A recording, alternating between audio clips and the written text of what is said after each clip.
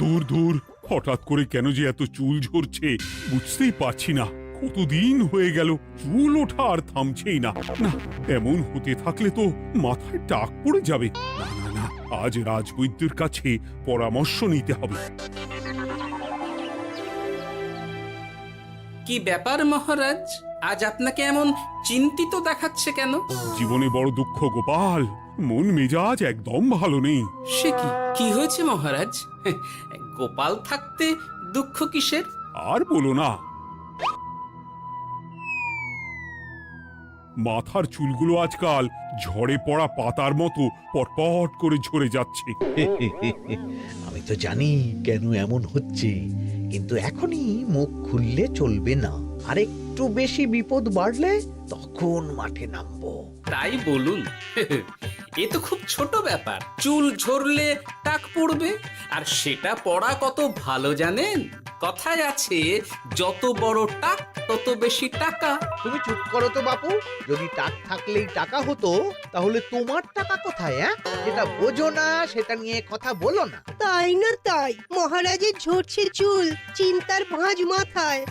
গোপাল যতই চেষ্টা করুক, চিড়ে ভিজবে না কথায়। উফ, তোমরা সকলে থামো তো দেখি। ও রাজবৈদ্য, তুমি এর কিছু উপায় বলো। আগে মহারাজ, অনেক সময় দেহে ওই লৌহের পরিমাণ কমে গেলে এমন চুল ঝরে। আপনি বরং পালং শাক, ওই কিশমিশ, কলা ও আরো কিছু ফল আমি বলে দিচ্ছি, সেগুলো বেশি করে খান। আচ্ছা আচ্ছা আচ্ছা, তবে তাই করে দেখি।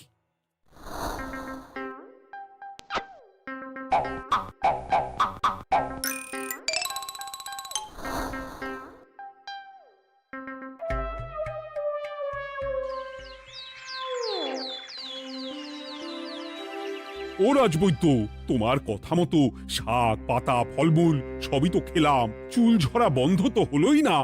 তো জানতামই এমন হবে। কিন্তু মহারাজ, এমনটা তো হওয়ার কথা নয়। কিন্তু হচ্ছে তো। আরে আমার সাধের চুল, কোথায় চলে গেলি সব? এর জন্য তুমি দায়ী। তুমি এর জন্য শাস্তি পাবে বৈদ্য। আমাকে আমাকে ক্ষমা করে দিন মহারাজ, এমনটা হবে এ তো আমি ভাবতেই পারিনি। কিছু মনে করবেন না মহারাজ, ছোট মুখে বড় কথা বলছি, কিন্তু সত্যি এখানে রাজবৈদ্যর কোনো দোষ নেই। ওকে শাস্তি দেওয়াটা ঠিক হবে না মহারাজ। দেখেছেন মহারাজ, গোপালের সাহসটা দেখেছেন? আপনার মুখের উপর কথা বলছে। তা বলি, তুমি যখন এতই বোঝো, তাহলে নিজেই একটা আস্ত লোহা খেয়ে দেখো না, তোমার মাথায় চুল গজাচ্ছে কিনা। ঠিকই আছে, এসব মূর্খের মতো কথা কেবল আপনার থেকেই আশা করা যায় মন্ত্রী মশাই। মহারাজ, আপনি বিচক্ষণ মানুষ, আমার শুধু অনুরোধ, আরেকবার ভেবে দেখবেন। ঠিক আছে, রাজবৈদ্যকে আমি শাস্তি দেব না, কিন্তু সকলের জন্য আমার একটা ঘোষণা আছে। কি ঘোষণা? আমার এই কঠিন সমস্যা যে দূর করে দিতে পারবে, তাকে আমি বিশেষ পুরস্কারে ভূষিত করব। এই তো পেয়েছি, এই সুযোগ কোনোভাবেই হাতছাড়া করা চলবে না। এবারের সমস্যাটা সত্যি বেশ কঠিন। কি করলে যে মহারাজের চুল পড়া বন্ধ হবে সেই উপায় মাথাতেই আসছে না। হঠাৎ করে কেন যে এমন হলো কে জানে।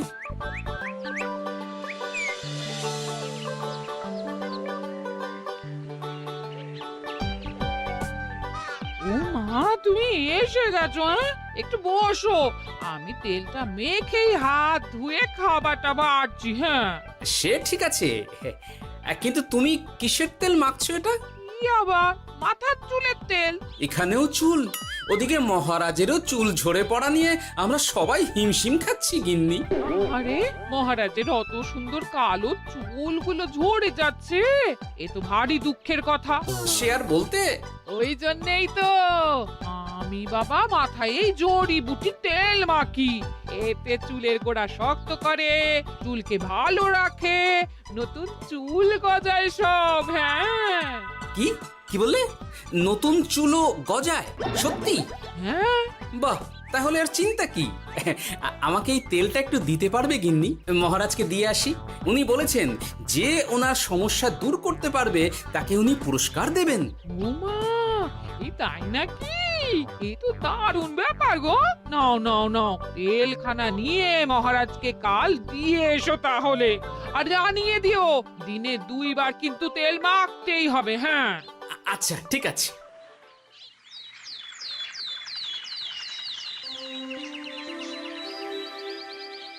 কোনো উপায় খুঁজে পেলে তোমরা? আগে মহারাজ, আমি আপনার জন্য নকল চুল বানিয়ে এনেছি।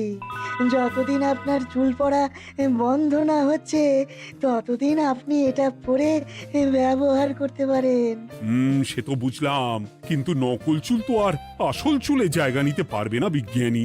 আসল চুলের কথা ভেবে আমি আপনার জন্য কেশুত্তে পাতা এনেছি মহারাজ। আচ্ছা বেশ।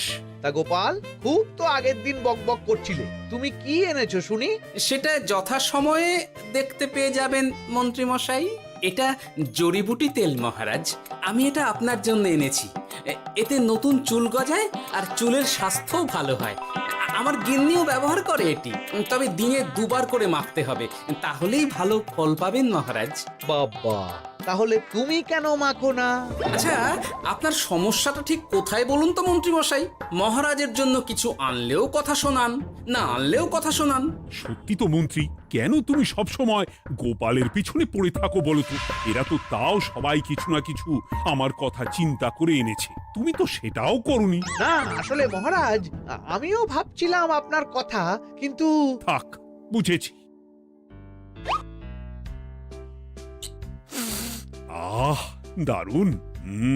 তেলের গন্ধটাও খুব সুন্দর। গোপাল, তোমায় অনেক ধন্যবাদ। আশা করছি ব্যবহার করলে খুব ভালো ফল দেবে। একদম দেবেই মহারাজ। দূর বাবা, ভেবেছিলাম এক হলো আর এক। কোথা দিয়ে যে গোপালটা মাঝখান দিয়ে এসে নাক গলিয়ে ঢুকে পড়ে, খুব শক্ত পুরস্কার নেওয়ার। দেখাচ্ছি মজা।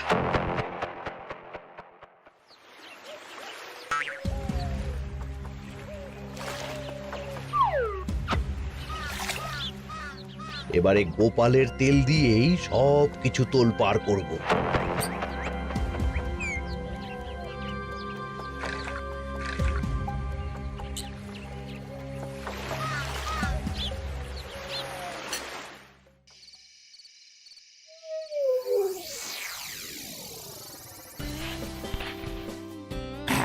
ব্যাস, হয়ে গেল 2 বার মাখা। গোপাল বলেছিল এতেই ভালো ফল পাব, কিন্তু এখন মাখার পর মাথাটা কেমন জ্বালা জ্বালা করছে মনে হচ্ছে। হয়তো নতুন চুল গজাবে বলে এমন হচ্ছে। কাল সকালে বোঝা যাবে। এতক্ষণে বোধহয় ছোট ছোট চুল গজিয়েই গেছে। কি এটা চুল গজানোর তেল ছিল নাকি পড়ে যাওয়ার? হে ভগবান, যেটুকু বাকি ছিল সেটাও ঝরে পড়ে টাক পড়েই গেল। হ্যাঁ, গোপালই হলো যত নষ্টের গোড়া। আজ আসুক সভায়।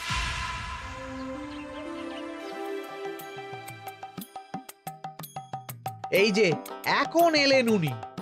ও কি মহারাজ, আপনি এমন কাপড় মাথায় জড়িয়ে বসে আছেন কেন? তুমি আর এমন প্রশ্ন জিজ্ঞাসা করো না গোপাল, তোমার দয়াতেই মহারাজের এমন অবস্থা। মানে? মানেটা আমি তোমায় দেখাচ্ছি, দাঁড়াও। এই যে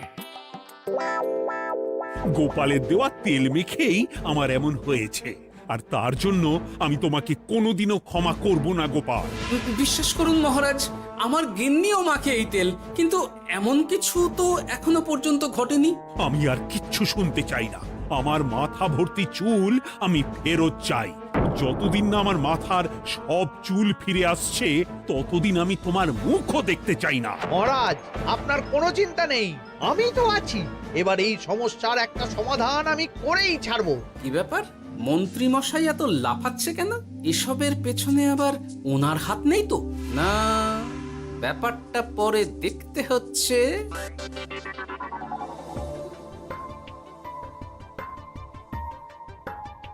আমি বলি কি মহারাজ, এই সময়টা বরং আপনি নকল চুলটা মানে মানে পরচুলা ব্যবহার করুন। হ্যাঁ, অগত্যা, কিছু তো একটা গন্ডগোল আছেই। গিন্নিও তো রোজ মাথায় তেল মাখে, কই এমন তো হয় না। মন্ত্রী যদি কিছু করেও থাকে তাহলেও হাতে নাতে ধরবো কিভাবে? ও কি গো গোপাল দাদু, এখন এই সময় তুমি রাজসভা ছেড়ে এখানে? তোদের দাদু আর রাজসভায় যাবে না রে? কি বলছো গো? কেন? আর কেন, বিনা দোষে এমন শাস্তি। তোমায় শাস্তি দিয়েছে, তুমি শুধু বলো কে তোমার সাথে কি করেছে, বাকিটা আমরা বুঝে নিচ্ছি। আচ্ছা, আর বলছি কৃষ্ণনগরের মন্ত্রী মশাইয়ের বাড়িটা কোন দিকে একটু বলতে পারবেন? কৃষ্ণনগরে নতুন নাকি? আগে তো আপনাকে কখনো দেখেছি বলে মনে পড়ছে না। হ্যাঁ, আমি এখানে থাকি না, আমি এখানে আমার কাজে এসেছি, তাই মন্ত্রী মশাইয়ের বাড়ির ঠিকানাটা যদি একটু বলে দেন। নিশ্চয়ই, এ পথ দিয়ে সোজা চলে যান, তারপর কিছুটা ডান দিকে গেলেই পেয়ে যাবেন। আচ্ছা, অনেক ধন্যবাদ। ভিন গাঁয়ের লোক মন্ত্রী মশাইয়ের বাড়িতে, ব্যাপারটা বেশ সন্দেহজনক লাগছে। এই এই গুলটে ন্যাপলা, তোরা তোরা দুজন একটু আড়াল থেকে দেখতো লোকটা মন্ত্রী মশাইয়ের বাড়িতে ঠিক কি জন্য এসেছে, তারপর আমায় খবর দিস। ঠিক আছে গোপাল দাদু। তোমার আবার এখানে আসার কি দরকার ছিল?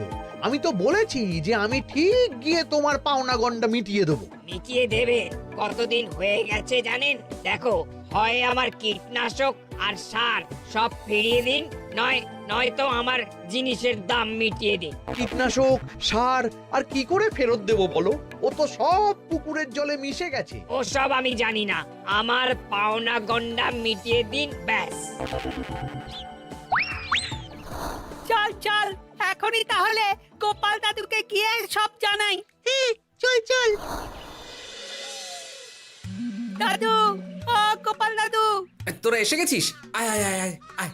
মন্ত্রী মশাইয়ের মুখ থেকে অনেক খবর পেলাম। তাই নাকি? কি শুনি? মন্ত্রী মশাই ওই লোকটার কাছ থেকে অনেক কীটনাশক সার নিয়েছে, কিন্তু এখনো জিনিসের দাম মেটায়নি। হ্যাঁ, ওই জন্যই তো মন্ত্রী মশাইয়ের উপর লোকটা খুব লেগেছিল, হুমকিও দিয়েছে 1 সপ্তাহের মধ্যে জিনিসের দাম সব মিটিয়ে দিতে হবে। তাই নাকি?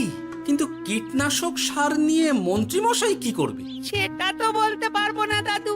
তবে হ্যাঁ, মন্ত্রী মশাই ওই লোকটাকে বলছিল যে ওই সব কীটনাশক সার পুকুরের জলে মিশে গেছে।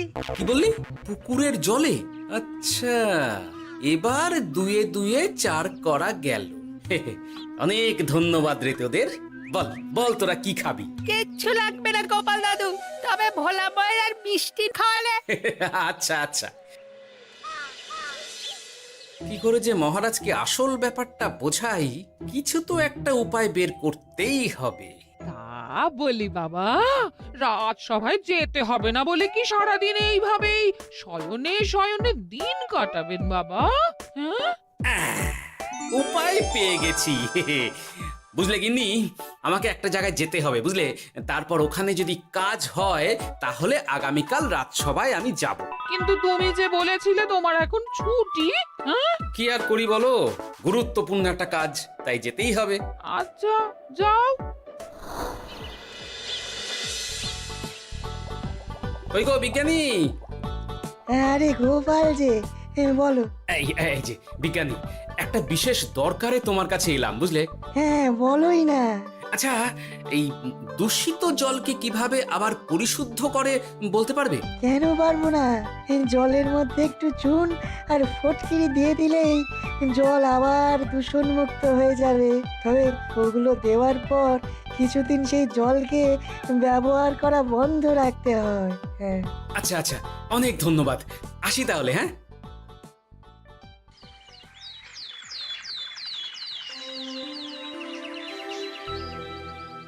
ছায়া পড়েছে, ছায়া পড়েছে, আমি বেশ বুঝতে পারছি তার ছায়া পড়েছে এখানে। কার ছায়া পড়েছে? আজকাল তোর মাথা থেকে অনেক চুল ঝরে পড়ছে, তাই না? আগে হ্যাঁ সাধু বাবা, আপনি একদম ঠিক কথা বলেছেন। ও বাবা, এই আবার কোথা থেকে উদয় হলো? আরে আমি একা গিয়ে সেই স্নানের পুকুর পরিদর্শন করতে চাই। যথা আজ্ঞা বাবা।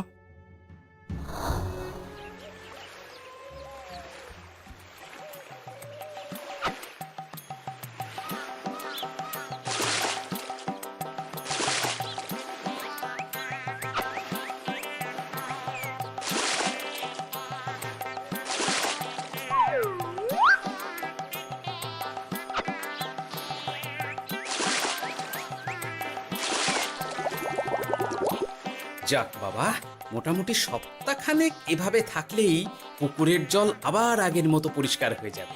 এবার শুধু মহারাজকে একটু বুঝিয়ে বললেই হয়ে যাবে।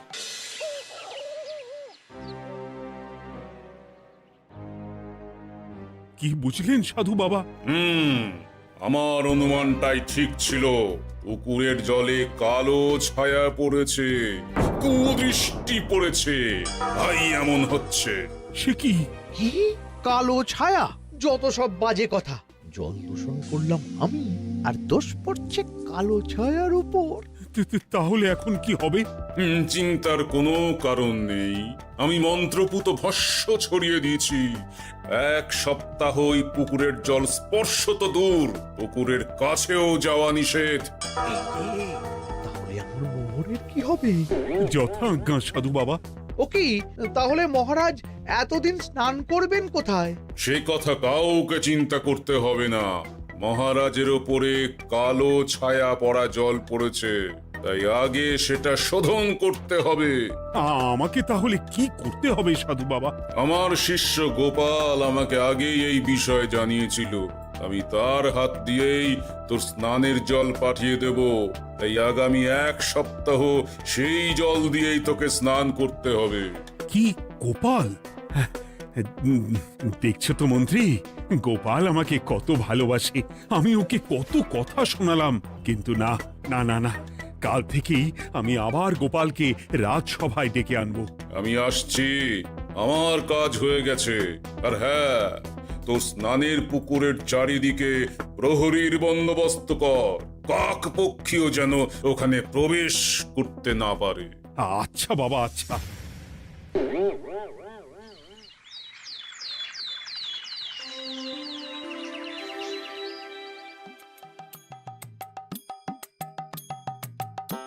গোপাল, তোমাকে আবার এখানে দেখতে পেয়ে আমার খুব ভালো লাগছে। তোমার গুরুদেব গতকাল এসেছিলেন, কিছু মনে করো না। না বুঝেই তোমাকে অনেক কথা শুনিয়েছি। না মহারাজ, আমি জানি আপনি আমাকে খুব ভালোবাসেন, তাই আমি কিছু মনে করিনি মহারাজ। এই নিন, আমি আপনার স্নানের জল এনেছি। হ্যাঁ হ্যাঁ হ্যাঁ, দাও দাও দাও।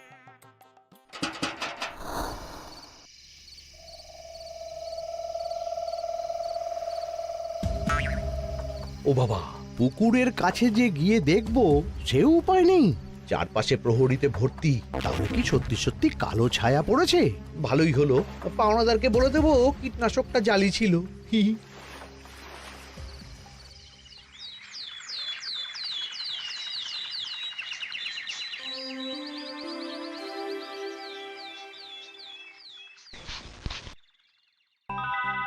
এই তো আমার সেই পুরনো কালো চুলগুলো আবার ফিরে এসেছে।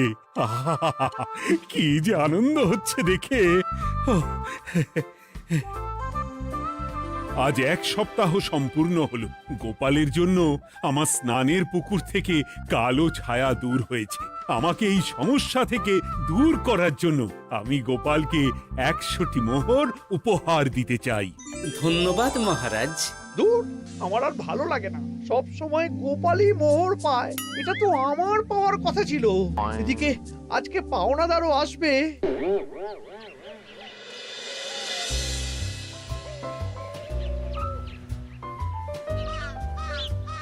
গোপাল দাদু, ওই লোকটা এসে গেছে।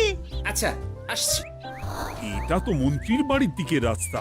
আমরা তাহলে এদিকে কেন যাচ্ছি গোপাল? আপনার পুকুরের আসল রহস্যটা কি সেটা আপনি জানবেন না মহারাজ? মানে নিজের চোখেই দেখুন, তাহলে বুঝতে পারবেন। আর একটু সময় দাও আমায় ভাই, এমনিতেও তোমার কীটনাশক কোনো কাজের নয়। কি এখন এসব কথা? আর একদিনও সময় দিতে পারছি না। একটু বোঝো, একটু। সব আমি মহারাজের পুকুরের জলে মিশিয়ে দিয়েছি। মন্ত্রী, তুমি তাহলে সেই কালো ছায়া? মহারাজ, আপনার পর্দা ফাঁস হয়ে গেছে মন্ত্রী মশাই। তুমি তাহলে সবটা জানতে? একদম প্রথম থেকে। রে, খুব জোর ফেঁসেছি। এদিকে পাওনা আর ওদিকে মহারাজ, এখান থেকে কেটে পড়তে হবে। ই! গন্ডগোল করে আবার পালানো হচ্ছে কবে রে? বলো, কেন করেছিলে? মহারাজ, আমি ভেবেছিলাম আপনার সব চুল উঠে গেলে আমি আপনার কাছ থেকে চুল গজানোর ওষুধ দেওয়ার নামে অনেক টাকা লুটবো। কিন্তু সেই ভাবনা ভাবনাই থেকে গেল, সেগুড়ে যে বালি হয়ে গেল। ভাবা যায় চুলের জন্য চুলো চুলি, হ্যাঁ?